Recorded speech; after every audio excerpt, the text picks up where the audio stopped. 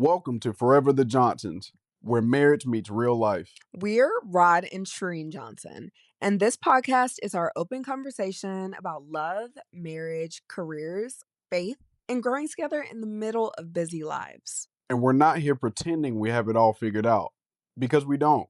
We're learning in real time, just like you, and we wanted a space where we could talk honestly about what relationships really look like once the cameras are off. From balancing ambition and intimacy, To communication, conflict, and staying connected while life keeps moving.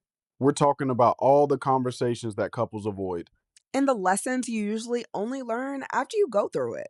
This podcast is for the couples who are building something together. For the ones trying to love well while still chasing purpose. So whether you're single, dating, engaged, or even married, Or simply trying to understand relationships better, welcome to Forever the Johnsons. Hey y'all, welcome back to Forever the Johnsons. I'm Ree Johnson. And I'm Dr. Rod Johnson. And today we are going to talk about something that might be controversial. We're going to talk about why black marriages fail. And before we start this topic, we differ in what we think about this, right? So this is kind of going to be more of a debate style type of podcast today. Yeah. Because again, like I said, we differ. But just because we differ, I definitely want to let you know that this is no excuse, no matter how I believe or how she believes about the topic, as far as like not wanting to be better in your relationships and or your marriage. And if either of us have our phones out, it's because we have notes. Yes. I'm not about to have my husband beat me. So we'll let you kick it off then. Okay. I have multiple reasons why I think black marriages fail, but the number one reason I think black marriages fail because they do not prioritize God in their relationships. So Ecclesiastes 4:12 says a cord of 3 strands is not easily broken. 2 people, 1 God. So that's how it's supposed to be designed. And when people start adding Tony, Tom, Dick, and Harry to their relationship, it's not going to work. It's only supposed to be 3. You, your spouse, and God. Y'all supposed to be locked in. So my argument is that it goes way deeper than that, right? Because there's also black marriages that thrive great, and for whatever reason, right, they don't believe in God. So I personally believe that you have to take it all the way back to slavery. Okay. Right? And my argument is that during those times of slavery, and again I'm paraphrasing a little bit, but during those times of slavery, you had processes to where plantation owners would literally try to emasculate the black man, right? So that could be from buck breaking, getting the biggest, the strongest black man, and making them look weak in front of everybody to show their dominance over the other men and even over the women that man may have been with at that time, right? You had instances to where black men were getting raped in front of their wives. They were getting beaten in front of their wives. They were getting sold off. They were getting, again, beat on. They were getting possibly killed in front of the women. And what ends up happening is that, one, if you have a son, your son is seeing this. That's demoralizing, right? You're already starting that emasculating process to them at a young age. And then 2, you now leave a black woman in a vulnerable position where she's forced to be independent when she doesn't necessarily want to be, but doesn't have a choice. Okay. Right? And I think that plays a part in when you're looking at history, right? Everything is to attack black African American men. And if you can separate the man from the household, then you're not going to be able to farm, nurture, or grow any more strong men. And that's my argument. So I do agree with that, but I feel like black people nowadays, especially in the DMV where we live, black people are very successful. Black people have resources with therapy, medication from doctors' offices, chiropractic care. There are plenty of resources that black people have access to help them with generational trauma. Mm-hmm.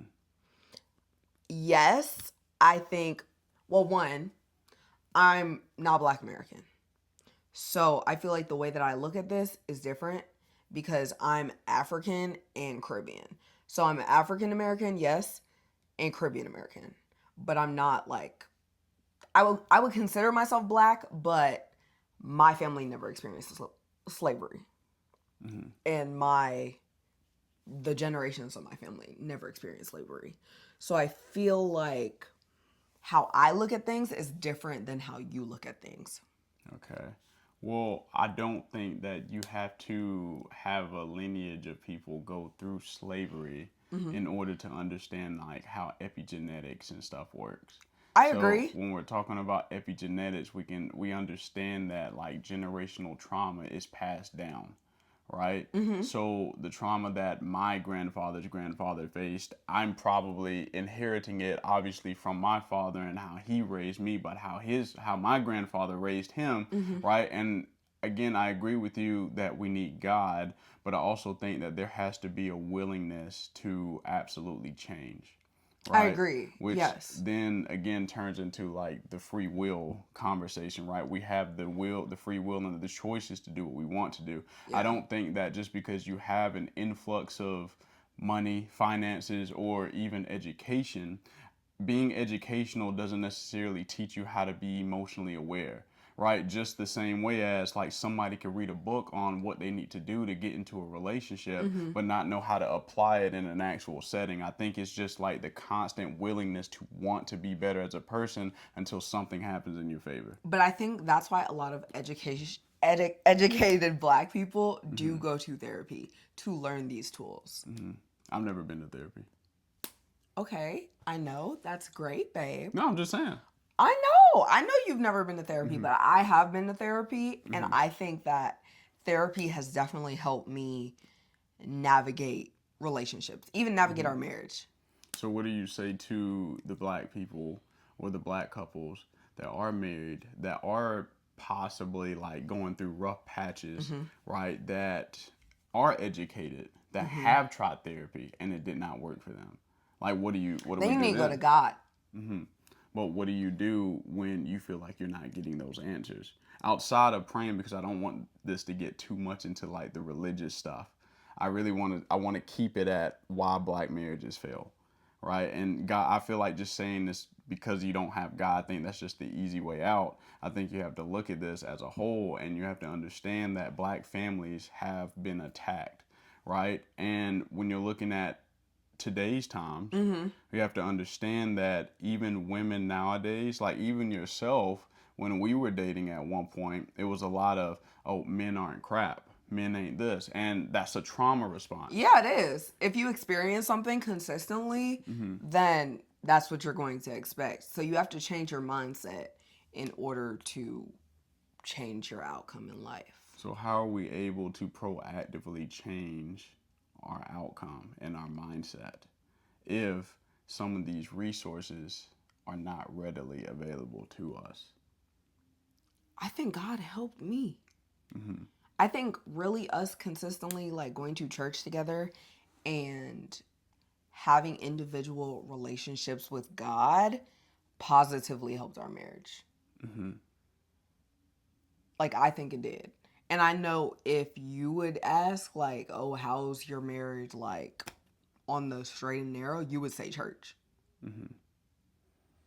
Okay, well that is us.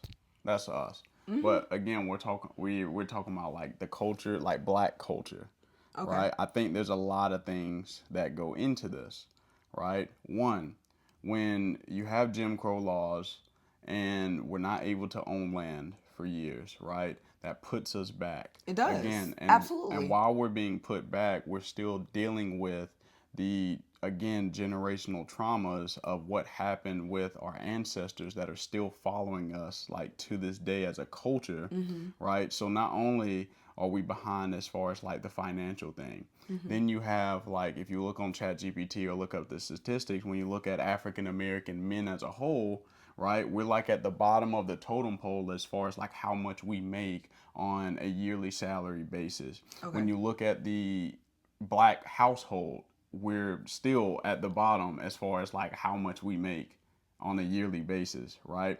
But then we have like propaganda that's also being pushed on our people, right? Like what type of propaganda? To listen to celebrities, to listen I to, agree with like, that. I'll say more so like guys, there's propaganda to have like multiple women, Mm-hmm. to do this woman wrong, like all of this stuff, Right. right? And then there's propaganda on the women's side. Not all artists, but a good bit of them is like, let me pop this, right? Data rich I don't need N no I word. don't need Yeah. no man. Mm-hmm. I deserve this. I deserve better. Or So just play him. right. So when you're always thinking about, okay, well, I deserve better, you'll never really truly understand what you have in front of you, because the whole point of marriage is growth. And if you're looking for a finished product, you're not going to get that initially when you meet someone.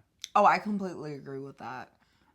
Specifically in our case, I feel like since we've been married, we've almost been married for 2 years. I have grown a lot as a person.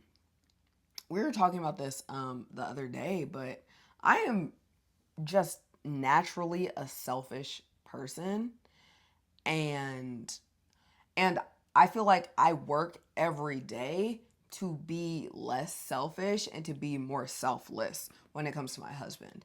And it's hard. Like, I'm an only child. I'm the only grandchild, the only niece, the only. It's hard. But if you work at it, you can do anything.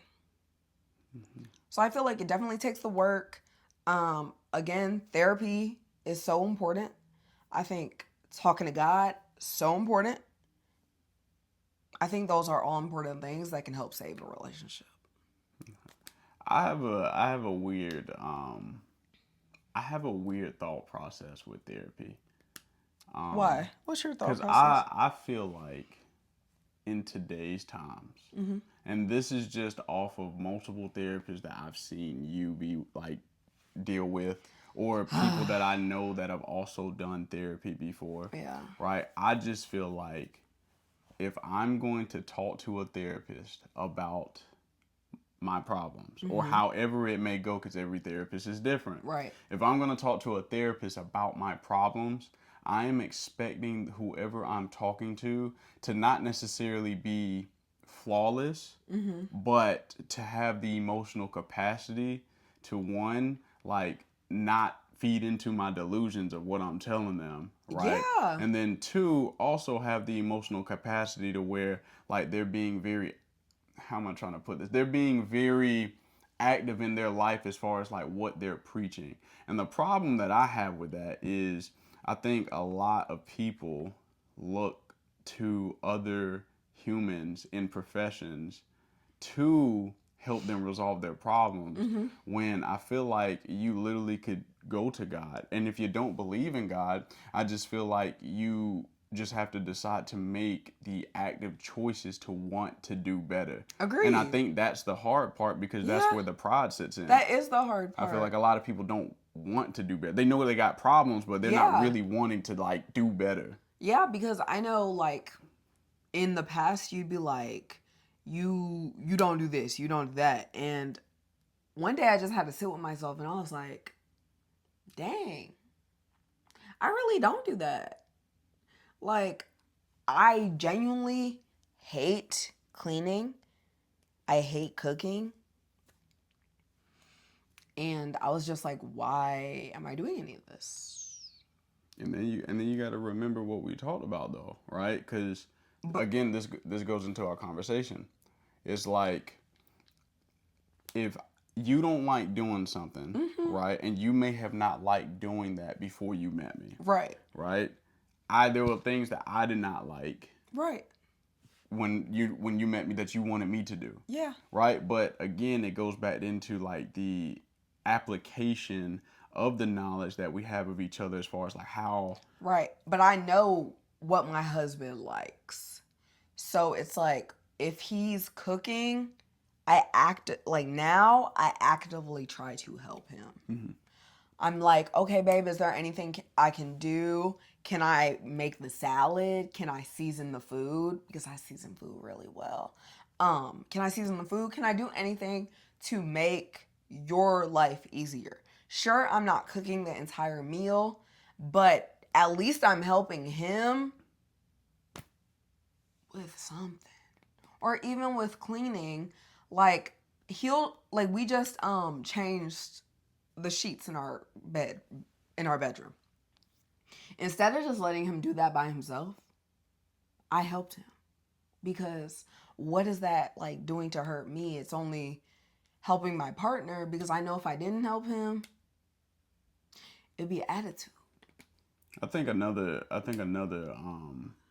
reason why black marriages are failing too is the conversations that young men that may be engaged have with either friends or older guys that are married that are giving them terrible advice about marriage. Agreed. And Agreed. I That's with women too, though. yeah, I was just about to think that goes both It goes ways. both ways. But I Yeah. think it's hard to it's once you're married, it's very hard to find like a genuine community, right? Which is why most Yeah. people that are like in these super committed relationships, you notice that they really don't have that many friends, and it's because you really have to be conscious of like who on the outside is trying to mess up what you have on the inside. So like I'm very picky with my friends. Yeah. My friends know that I'm married. If you have a problem with me being married, or you have a problem with, it's okay if you if you don't have a problem with marriage, but the problem is like if you are constantly trying to push or promote like a single life Like onto me, infidelity. right? So like Yeah. those are things that deteriorate us as black men as well, Or because deteriorate your friendships even. right, because you can be single and do your own thing, but you don't have to promote it to someone that you know that's committed. Right. Like, I have friends who are single, but like a lot of those friends who were like completely single have gotten into relationships since I've been married. At first, they thought it was crazy that I was getting married in 7 months, which to some it may be, but it works for myself and Rod. But since I went towards getting engaged, got married, now a lot more of my friends who were single are like, okay, hey, I need to get my life together. And now they're dating seriously, or they're engaged, or even married, which is wonderful. That's what you should want for all your friends. But obviously, different seasons, different friendships. And then you also, I think another reason why black marriages fail is one thing I've noticed growing up is like there's not a differentiation between parents and children, right? Like, what do It's you mean? like I was talking to a patient about this week, about how like their mom is too much of a friend to them because of how much she was hurt. So she feels like she doesn't. It's like she doesn't want to grow old, so she's trying to stay as young as possible, Yeah. which means doing all the things that most of the time like younger women are doing and stuff. What ends up happening is that, okay, well, instead of your mom like correcting you and showing you the ways of how women are supposed to be, that again, me as I don't know how to do that, right? Because you're a man. Right. But it's just one of those things to where like if you're not having that mom be a mother to you, then what ends up happening is that you end up like your mom, and instead of like looking for correction, you're making choices that aren't beneficial for you, and then you get to become your mother's age and you realize like this is not the way, and it's too late. Or you're living the exact same life your mom lived, and you just might never get married. Or it's the same with men. Like, they follow in their dad's footsteps, and their dad might not be the best father figure. Honestly, I don't want to step on nobody's toes, but their dad might not be the best father figure. Their dad may have treated their mom like crap, or may have never married their mom, or etc. Just anything like that. And then their son might follow in those exact same footsteps. And the dad's like, oh, it's no problem, son. There's so many more women. You are strong. You look good. You have a great job. You don't need to worry about it. And that is not good for the black community. We need to uplift each other and support each other in growing as a community. And then when it comes to like the financial side of why I believe black marriages sometimes don't work, is because when you put your whole life and heart into what you are from a salary or a monetary standpoint, then what happens when either A, the money runs out, or A, the life that the money can bring gets old, right? There's no leadership backing anything that you came into Agreed. the relationship with, Yeah. right? You're not growing your woman, you're not growing your children. Everyone's staying the same, they're staying stagnant. And from what I've learned with my wife and what I've seen with my other friends who are married and other guys who have been with women and stuff, Hmm. is like if you are not constantly figuring out ways to like either grow yourself or grow your spouse or grow your family, then what Hmm. happens is like people start to jump ship. Yeah. People start to jump ship. So we can talk about like black marriages and stuff, but my standpoint on it is always going to be like, as a man, you just have to be able to lead, and you have to figure out what type of leadership styles are going to work for your wife and for your kids. And that's Absolutely. going to be different from everyone, right? I think you need to resort to God, right, to gain that leadership, but it also helps when you surround yourself around like great men in your community, Yeah. like, right, that dress the part, that talk the talk, that walk the walk, and that are Absolutely. treating their wives with the utmost respect. And the same for women. Like, if all of your friends and all of your role models have a roster of 17 men, what do you think is going to happen? You're probably going to follow in their footsteps because that's all you're seeing. You don't have any good role models. So I think it's super important to join like youth organizations. When I was in college, I was a part of the NAACP, and we always went to like a high school after school or high school, middle school after school program, and we helped the kids like with their homework. We just talk to them about their problems, and it was really good for them because they were able to see young black women who were working towards getting degrees, who were in healthy relationships, and were really like just, they were good examples of black women or black men because it was a men and women thing. So it's good to have better role models than Sexy Red and Lotto. And also too, now that I'm thinking about it, another thing as the reason why black marriages either fail or they don't even start is how a lot of black men, specifically from the South, view black women. Mm. Because again, I'm from a very small town in South Carolina, Mm-hmm. and I think again this goes back into like the whole like generational trauma, epigenetics and stuff that I'm not Yeah. gonna harp into again, but a lot of black guys also don't want to be with black women because they don't see it as A status as a, symbol. yes, a status symbol or status marker for Mm-hmm. them to actually move up in life, which again becomes very materialistic. And I'm not Yeah. saying that they don't truly love a person outside of like the black race or black women and things like that, but what I'm Mm-hmm. saying is like there's usually never an instance to where I've seen someone date a black woman that was a black man that did not have anything negative to say about black women, right? It's never, oh, this is literally just my preference. It's like, oh well, that's just not my thing because of X, Y, and Z. It's never just, this is just not my preference.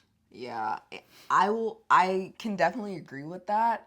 The way that I saw black men treat black women when I lived in New York versus the way that I saw black men treat black women when I moved to Florida, night and day. I feel like up north, black women are more appreciated, and like they're looked on as like the prize. And in the South, black women can be looked at as fast, um, as like just, something quick. But they don't look at all black women like wives. Obviously, I'm not talking about all black women in the South because I have a lot of black girlfriends in the South who are married. Let's not say, ooh, I'm sorry, babe. Let's not say that.